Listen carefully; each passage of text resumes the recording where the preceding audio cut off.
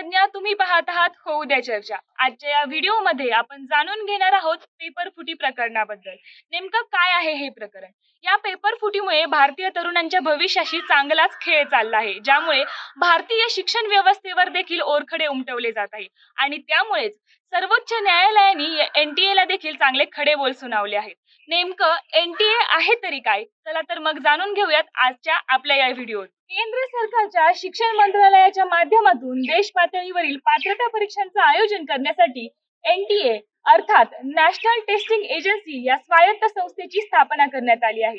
National testing एजन्सीवर चाचणीची तयारी, आयोजन आणि त्याच्या मार्किंग संदर्भातील संपूर्ण तयारीची अंमलबजावणी आणि त्या समस्यांचे निराकरण करण्याची जबाबदारी देखील सोपवण्यात आली आहे। आंतरराष्ट्रीय मानक, कार्यक्षमता आणि पारदर्शकपणे प्रवेश प्रक्रिया, त्याचबरोबर भरतीसाठी उमेदवारांचे मूल्यमापन करण्याची या संस्थेची जबाबदारी आहे।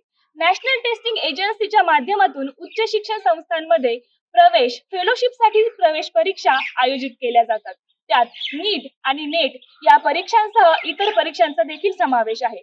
NTA बद्दलची ही माहिती तुम्हाला कशी वाटली आम्हाला कमेंट करून नक्की कळवा। अशाच चर्चेच्या मुद्द्यांसाठी पाहत राहा होऊ दे चर्चा। आणि हो, लोकशाही आहे त्यामुळे चर्चा करायला घाबरू नका आणि सबस्क्राईब करा।